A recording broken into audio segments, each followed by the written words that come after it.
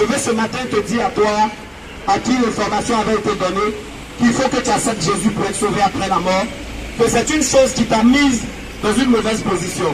En réalité, à chaque fois que tu entends cela, tu as l'impression que tu as tout le temps. Tu as l'impression que tu peux décider à la veille de ta mort. D'ailleurs, une chose que tu ne connais pas. Et je veux dire, le jour de ta mort n'est pas quelque chose que tu peux deviner, quelque chose que tu peux indiquer aux gens. Parce qu'en vérité, nul ne sait quand il partira de cette terre. Tu n'as même pas idée de si c'est cette nuit que ça va se passer. Mais toujours est-il que le fait qu'on a reçu le message selon lequel il faut qu'on accepte Jésus pour être sauvé après la mort, on marche dans cette erreur selon laquelle on peut se donner tout le temps. Et je veux ce matin te dire que ce message n'est pas entièrement vrai. On n'accepte pas Jésus pour être sauvé après la mort. On n'accepte pas Jésus pour être sauvé après la mort. On accepte Jésus selon que Romains 6, verset 23 le dit, pour être sauvé de la mort. Dans la Bible déclare que le salaire du péché c'est la mort, mais le don gratuit de Dieu c'est la vie éternelle en Jésus-Christ. C'est donc dit qu'on n'accepte pas Jésus pour être sauvé après la mort, mais on accepte Jésus pour être sauvé de la mort. Alors quelqu'un me dira, je me porte tellement bien, j'ai toutes mes facultés, que cette histoire d'être sauvé de la mort, ça ne me concerne pas. Mais je voudrais te donner l'information que la mort dans ta vie est matérialisée par cette jalousie, cette haine viscérale qui t'anime, au point où en ce moment tu es en train de chercher l'argent, parce que tu veux te venger des gens. En ce moment, tu n'arrives même pas à maîtriser tes désirs, tu n'arrives pas à maîtriser tes passions, au point où tu es prêt à aller vers des jeunes filles qui ont l'âge de ta fille. Je ne suis pas venu te juger ce matin, je suis venu te montrer la forme que révèle la mort de ta vie et te dire que c'est pour ça que Jésus est venu te sauver. Regarde, l'estime de toi, tu n'es pas conséquente au point où tu vas avec tout le monde et tu n'en es pas fier secrètement. C'est cette mort-là dont Jésus est venu te sauver. Mais tu as ce quatrième bureau, parce qu'il y a une mort en toi qui te fait croire que tu n'es rien si tu n'es pas avec un homme. Tu cherches le débat sur TikTok. J'assistais à un débat, je te jure de cela. Sur TikTok, des personnes qui ont fait le choix d'être homosexuels et qui recherchaient fortement qu'on puisse dire que l'homosexualité n'est pas nouveau, que ça existait déjà en Afrique. Et quand quelqu'un a développé cette théorie, tu les voyais contents comme ça. Parce qu'ils ont besoin qu'on leur dise que ce qu'ils font est bon. Puisqu'ils savent que ce n'est pas une bonne chose. Mais ils n'arrivent pas à s'en défaire. Donc ils cherchent tous les moyens pour se convaincre de cela. C'est une mort en toi. Et c'est cette mort-là dont Jésus est venu te sauver. Tu n'as pas besoin qu'on te condamne. Tu as juste besoin de comprendre que Dieu a répondu à ton besoin, a répondu à ton problème, celui de sortir de là. Tu ne sais pas comment en sortir et aujourd'hui tu es en train de chercher des alliés pour te fortifier dedans. Je parle aussi de cette mort-là qui est matérialisée en toi par l'instinct de pouvoir gruger les gens à chaque fois. Au point où tu marches toujours avec la peur qu'on t'attrape. Jésus doit être accepté par toi, pas pour être sauvé après la mort, mais pour être sauvé de cette mort qui t'habite. Et c'est pour ça qu'il est venu mourir à la croix. Il est venu mourir à la croix du calvaire. Afin que cette colère qui, lorsqu'elle se déclenche en toi, te fait faire des gaffes que tu regrettes juste 2 minutes après. Lui, s'il est venu te sauver de la mort, il est venu te donner la vie éternelle. Tu commences maintenant et tu vas jusqu'après la mort. Je suis d'accord pour cela. Et c'est ce que je suis venu te dire. Mais il n'est pas venu pour que tu sois sauvé après la mort. Le prix que Jésus a payé est plus grand que le fait de te donner le salut après la mort. C'est pourquoi j'ai accepté Jésus il y a plus de 12 ans de cela. Mais je ne suis pas mort juste après cela. Parce qu'il n'était pas venu à moi pour me sauver après la mort. Il est venu pour me sauver de la mort. Et s'il me fait marcher dans ses voies depuis ces 12 ans, tu devrais reconsidérer ta position. Celle-là selon laquelle tu attends d'abord d'être à la veille de ta mort pour accepter Jésus. Tu devrais normalement t'engager à accepter Jésus maintenant. Parce qu'il est venu te sauver. Pas pour après la mort, mais pour maintenant de la mort. Le salut que Christ nous octroie par son sacrifice à la croix est tellement grand que les scientifiques ne peuvent pas l'expliquer. C'est pourquoi n'attends pas que la science te démontre que ce que Jésus a fait à la croix a valeur pour pouvoir l'accepter. C'est une folie pour les sages de ce monde. Parce que le sacrifice de Jésus-Christ n'a pas de raison pour être compris. Vous voyez, on a des personnes qui sont des professeurs, des docteurs en médecine, qui savent décrier les effets néfastes de la cigarette. Mais voyez comment ils sont accros de cela. Parce que bien sûr, la mort en eux qui les attire à la cigarette, la science ne peut pas leur expliquer cela. Quand bien même ils disent que c'est pas bon, ils n'arrivent pas à s'en passer. Et Jésus, par ce sacrifice, est venu pour te sauver aussi de cela. Jésus, par son sacrifice, est venu pour te sauver de cela. Je te parle de ces choses parce que dans ton vécu, ça te laisse un goût amer sur toi. Combien d'hommes, combien de femmes, après avoir cherché l'approbation des gens, sur ce qu'ils font qui n'est pas bien, quand ils se retrouvent seuls, eux-mêmes ont le témoignage intérieur qu'ils sont en train de vivre une vie pas fameuse. Combien d'hommes et de femmes sont en train de m'écouter en ce moment et se demandent probablement comment en sortir. Mais la difficulté que tu as, c'est qu'on peut toujours présenter le Jésus dont je te parle ce matin comme étant celui qui est venu mourir pour que tu sois sauvé après la mort. C'est pourquoi la main tendue que Dieu te donne par Jésus-Christ pour être sauvé de cette mort que tu vis quotidiennement. Regarde ta violence envers tes enfants. Regarde ta violence envers tes enfants. Regarde ta cruauté envers ceux qui sont descendus de toi. Et tu sais que c'est une chose pas bien que tu fais. Parce que tu risques de rester seul, inclus dans ta vieillesse, sans eux. Tu le sais, mais tu ne sais pas t'arrêter. Tu ne sais pas comment... Regarde la vie que tu exerces sur ta fille. Regarde le viol que tu lui fais subir chaque jour. Je parle à quelqu'un, tu me... Regarde ce vol que tu appliques chaque jour dans la maison de tes parents. Mais comment ils sont entêtés. Et je te parle de Jésus qui est venu te sauver de cette réalité dont tu n'as pas plaisir. Je te parle de ce Jésus-là, qu'on appelle la nature adamique. Tu fais que quand on parle de Jésus est venu nous sauver du péché, on parle de cette nature-là qui nous habite, même si on n'a pas volé, même si on n'a pas menti. Alors si ce matin tu as eu l'impression que je ne parlais qu'à ceux qui commettent l'impudicité, ceux qui cherchent le mari des gens, ceux qui volent, je vais te dire ce matin que ça va bien plus que ça. Ça te concerne toi aussi, tu as l'impression que tu es saint.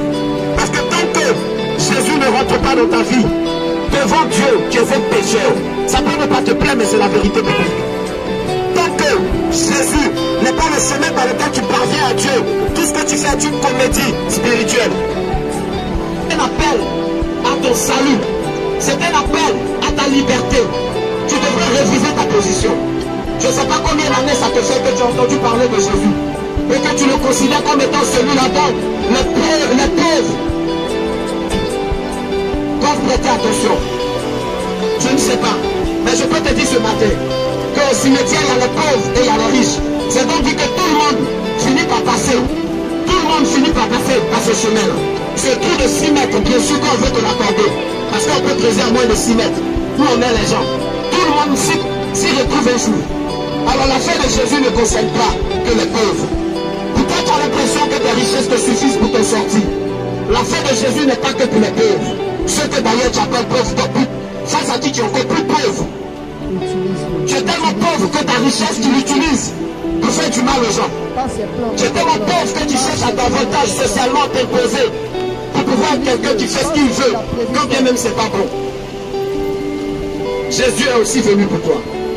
Jésus est venu te donner la paix que ton véhicule ne peut pas te donner. Jésus est venu te donner la paix que ton compte en banque ne pourra jamais te donner. Jésus est venu te donner l'assurance que tes faux amis ne pourront jamais te donner. Tu vois le nombre de souris que tu arrives à obtenir parce que tu donnes des billets de 10 000, c'est des faux souris. Parce que derrière, il y a des gens qui te détestent. Jésus est venu te donner cette paix que tu recherches au travers de ces personnes. Et ce matin, je suis là pour te le dire. Ce matin, je suis là pour encore insister. Parce que quelqu'un qui manque de verbe a dû te le dire hier.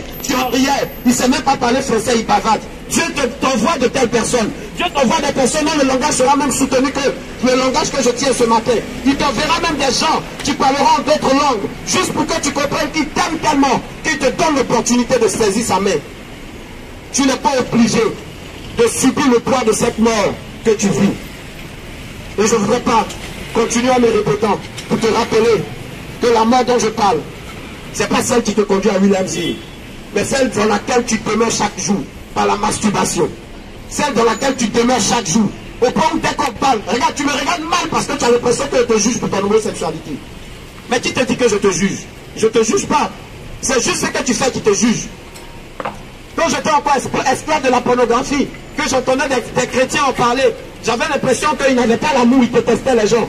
Mais aucun d'eux n'était en train de me condamner. Tous parlaient de quelque chose qui condamne les gens. Jusqu'à ce que j'accepte Jésus dans ma vie. Et que par le pouvoir de sa présence dans ma vie, je puisse surmonter ce que était pour moi une prison. Quand j'étais encore esclave du mensonge, au point où je multipliais les relations, je faisais avorter les enfants des gens. Quand les gens parlaient de ce que l'avortement n'était pas bien, je trouvais qu'on me condamnait. Je trouvais que les gens étaient méchants et qu'ils n'aiment pas les gens. Parce que ce que je faisais me condamnait seul, sans que les gens soient en train de me condamner. On est aujourd'hui en Côte d'Ivoire, que ça plaise à qui, ça ne déplaise à qui veut pas l'entendre. On est aujourd'hui en Côte d'Ivoire avec une jeunesse victime de la vague blanche, donc je vais mieux nommer ça, avec une jeunesse, avec des adolescents victimes de la drogue, parce que des gens aux affaires, des gens élevés en société, en dignité, des gens à qui on a fait confiance, sont eux-mêmes trompés dans ce trafic, et par tous les moyens, rendent les jeunes esclaves de cela. Mais cette drogue dans laquelle tu es arrivé à tomber sans comprendre comment tu y es arrivé, c'est pour ça que Jésus est mort à la croix pour toi, afin que quand tu le reçois dans ta vie, tu sois libéré de ce vice. Je te parle à toi qui drogue, essaie de mettre les make-up pour nous impressionner. Et c'est un message qui concerne femme comme homme. Jésus est mort pour que tu sortes de là. Jésus est mort pas pour que tu sois sauvé après la mort. C'est pourquoi je t'encourage à ne pas attendre qu'on fasse une prière pour toi après ta mort. J'apprécie ceux qui t'aiment et qui prient pour toi après ta mort. Je les apprécie. Mais ce n'est pas eux qui vont te donner la route du ciel. La route du ciel te sera accordée par la décision que tu peux prendre maintenant alors que tu m'entends. Alors que tu as encore cette capacité de dire oui ou non. La route du paradis peut être accordée maintenant. Car celle que je connais, l'adresse par laquelle tu peux y arriver, c'est de dire oui Jésus, je t'accepte comme mon sauveur et Seigneur personnel. Aussi trivial que ça peut paraître, c'est ça la vérité. Ça te fait peut-être mal parce que des pasteurs, des prêtres, je ne sais qui d'autre, des bergers, ont pris le nom de Jésus pour faire un commerce, ont pris le nom de Jésus pour rendre des gens, pour abuser des gens. Au point où quand aujourd'hui on parle de Jésus, tu n'as pas envie d'entendre. Mais écoute-moi, c'est pas parce que les gens ont fait mauvais usage de ce nom que ce nom perd sa puissance. Jésus est Seigneur dans les cieux, sous la terre, dans les eaux plus bas que terre. Il a reçu le pouvoir au-dessus de tout, afin de vaincre pour toi. Alors c'est pas quand tu es en train de philosopher là que ça fait pas de Jésus Seigneur. On est dans le même quartier, mais rien ne dit qu'on a une relation dynamique. Je parle de cette relation vraie, au travers de laquelle le secours de Jésus peut être bénéfique. Et c'est ce que je veux en ce matin, que tu retiennes de mon passage. Je t'aime de l'amour de Dieu. Je ne te juge pas pour qui tu es, mais je t'appelle juste au salut. Que la paix et l'amour de Dieu inondent ton cœur. Que cette paix que l'argent n'a pas pu te donner pendant que tu pensais qu'il te fallait emmagasiner de l'argent dans ta maison. Pendant que tu pensais qu'il te fallait changer d'homme pour être heureuse. Et que tu n'as pas eu cette paix-là. Que cette paix que Jésus donne soit ton partage. Alors que tu as osé m'entendre et m'accepter en m'écoutant. Que la paix de Dieu soit ton partage tout au long de cette semaine. Je prie pour toi et ta maison. Qu'elle soit à l'abri de toute méchanceté humaine. Je prie pour toi et tes entreprises, pour toi en ce matin, que tu sois davantage protégé. Nous sommes à la fin de l'année. C'est une période où les gens multiplient les inquiétudes en ce qui concerne comment ils pourraient terminer l'année. Mais je veux déclarer sur toi, je veux déclarer pour ta maison, que cette année que tu as commencé vivant, tu la termineras en vie et en bonne santé. Au nom de Jésus, que Dieu te bénisse, que sa grâce abonde dans ta vie. Shalom.